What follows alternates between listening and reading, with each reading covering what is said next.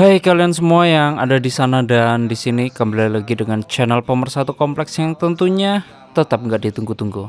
Dan salah satu film 80s yang tentunya penuh dengan adegan bentrok, goib, dan kecabulan yang berjudul Ajian Ratu Laut Kidul in the Sky. Yang dimana film ini akan menceritakan sebuah perebutan kekuasaan yang amat sangat biasa saja, tapi penuh makna dan cerita mistis. Jadi gimanakah intro?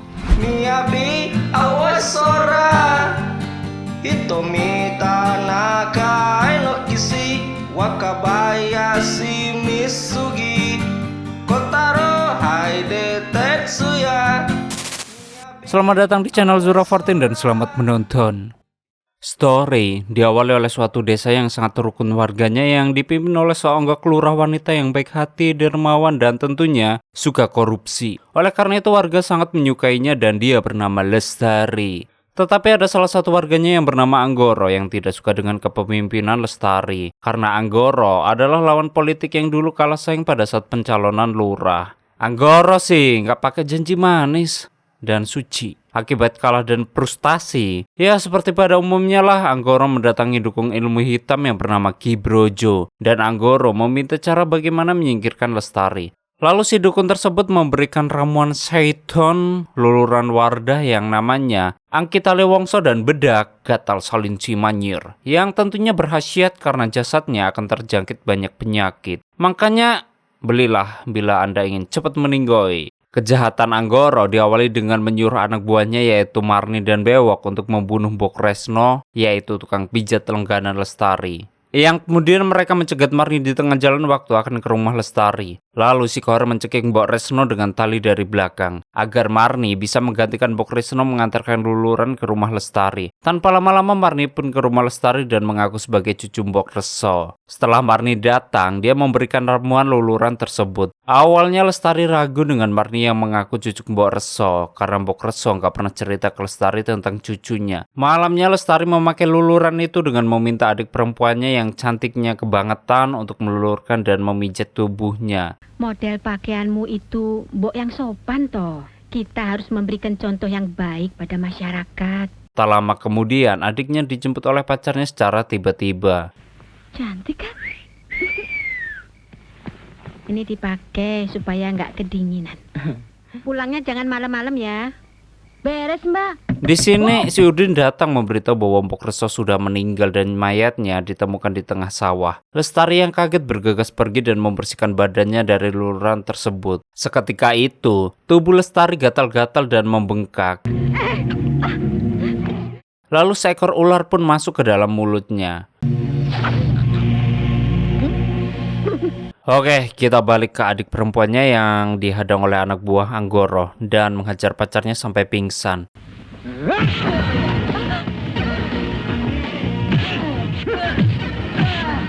Hei, jangan lari!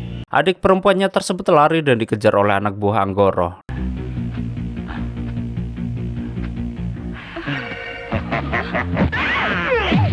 Lalu dia digengbeng sampai pingsan.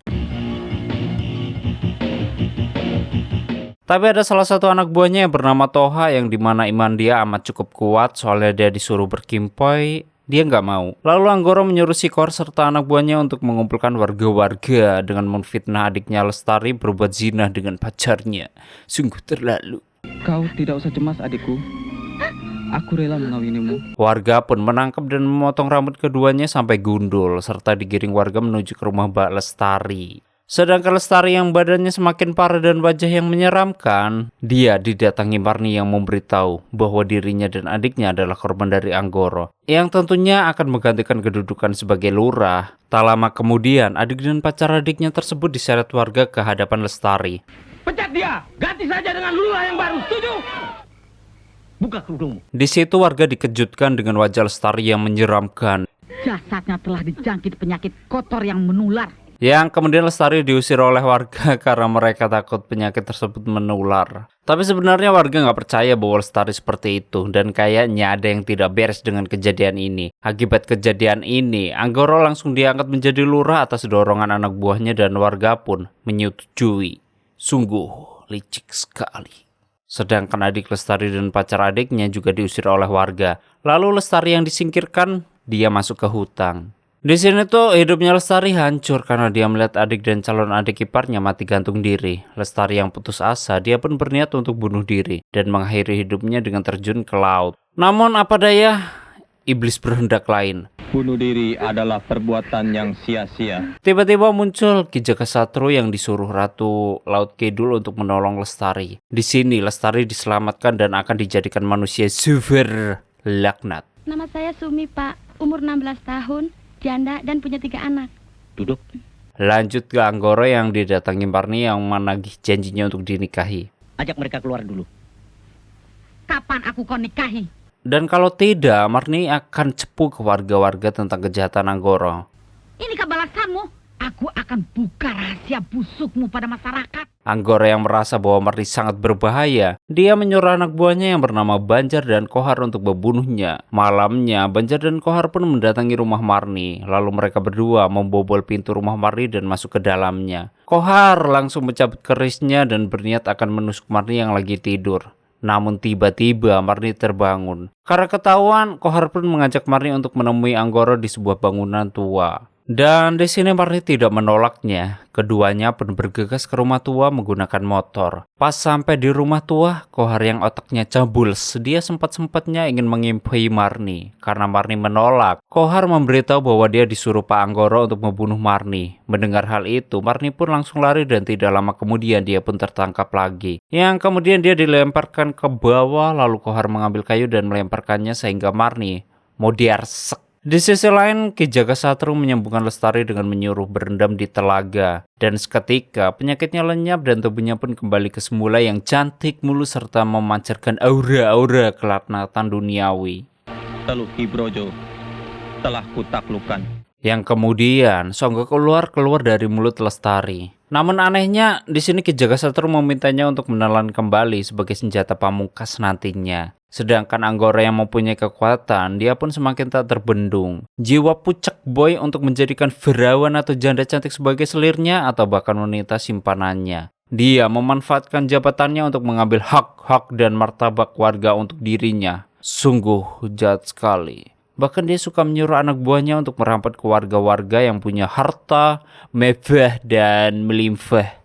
Tanah ini harus jadi milik Pak Koro, lurah desa ini. Ampun, kasihanilah kami, Den. Sedangkan Lestari yang menanyakan asal-usul Ki Jagasatru, yaitu dia yang bernama asli Indra Laksana, ia pun menceritakan ternyata dia juga korban kebiadaban Anggoro, yang dimana dia selingkuh dan berkimpoi dengan istrinya pada saat dia pekerja.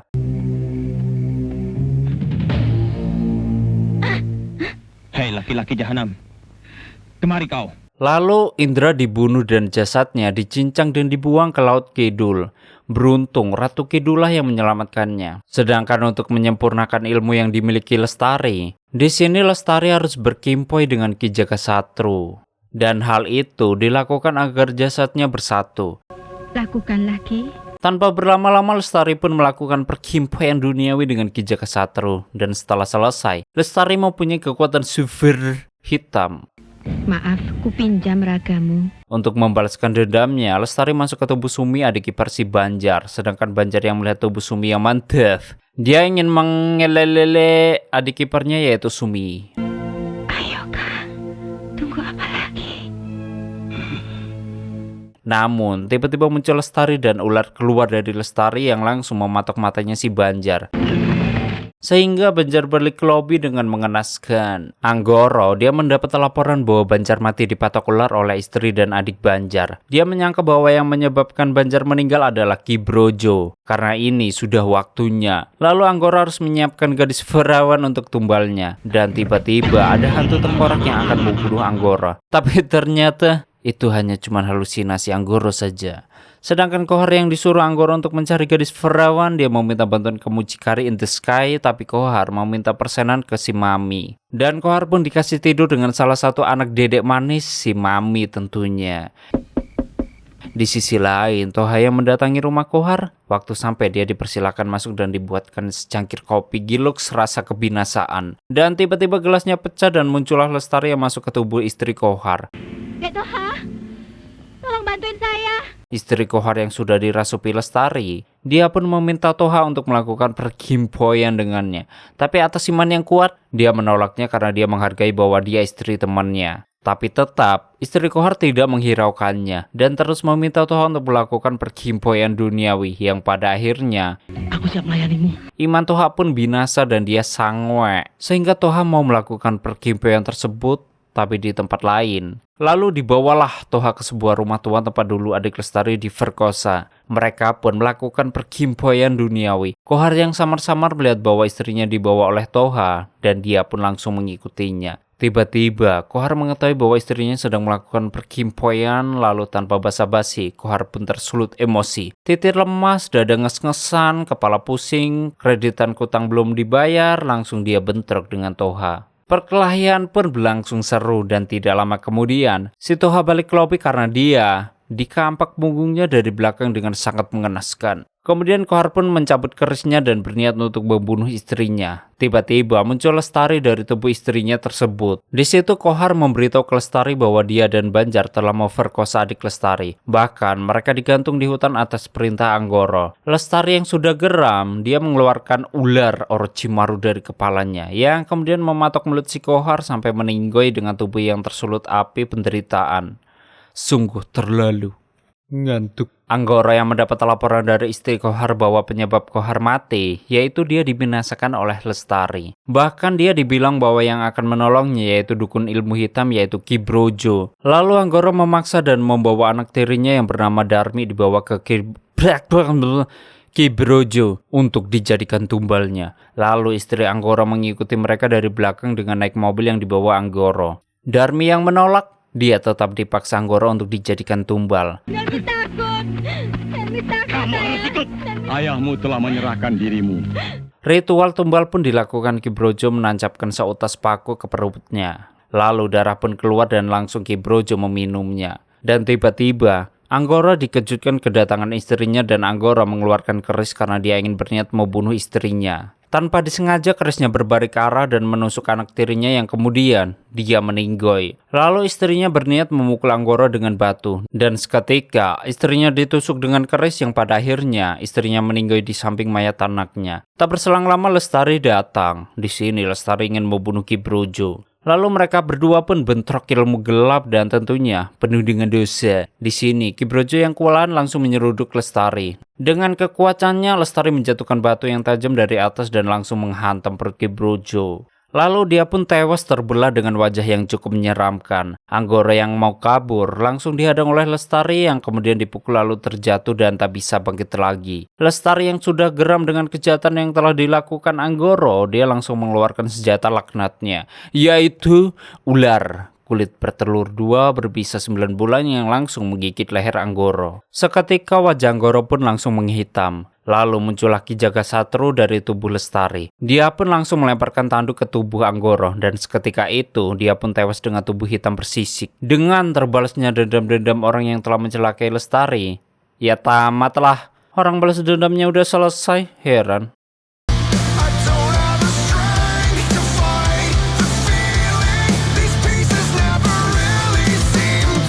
Sedikit petuah bahwa dapat saya simpulkan dari film ini, yaitu janganlah merebut kekuasaan dengan cara mencelakai orang yang tidak bersalah dan membuat kebenaran menjadi kebohongan. Toh akhirnya kebenaran yang akan menang kan?